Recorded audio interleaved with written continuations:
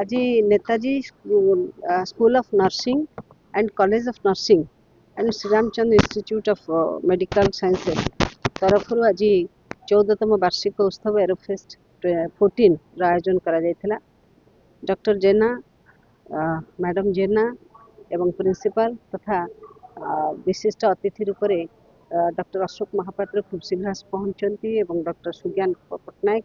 समस्त उपस्थित बहुत भल कार्यक्रम होता गोटे अनुष्ठान आरंभ दिन में हाथ गणती संख्या थिला बेले आज मात्र 14 वर्ष पर 1100 ऊर्ध्व छात्र छात्री को लेकर अनुष्ठान स्वास्थ्य सेवा क्षेत्र में एक फरक सृष्टि करने नर्सिंग टीचिंग दबा सहित समाज को आम साधारण जनता स्वास्थ्य कर्मी मान प्रस्तुत करुँच निश्चित भाव में बहुत बड़ कथा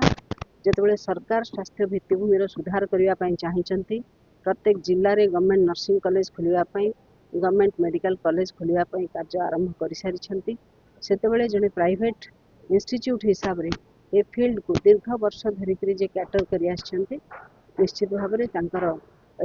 परिश्रम केबे भी वृथा जीवना